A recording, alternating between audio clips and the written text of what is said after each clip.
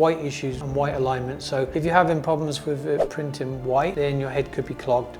Or it could be that your printer is struggling, maybe because it hasn't got a white ink circulation system, and a white ink circulation system just keeps the actual white ink moving around the printer and doesn't give it the opportunity to actually solidify where the pigment starts to settle actually in the ink. The other thing you may experience is white alignment, and then it's a huge problem I see people have. And the white alignment is basically you start to see a white outline around the actual artwork. That generally is down to your calibration going out again. One thing that many experiences they don't understand is the software is unstable and calibration can change, and you may have to calibrate several times a day. So there will be a calibration, alignment issue, and then you learn how to adjust that and then pull in. One of the biggest tips I can give you with that is find a piece of artwork that gives you all the different kind of thin elements and kind of shapes like triangles and circles, and use that as a test print. You can look at it across the whole platform, see where it's out, and then based on that you can dial it in with the calibration.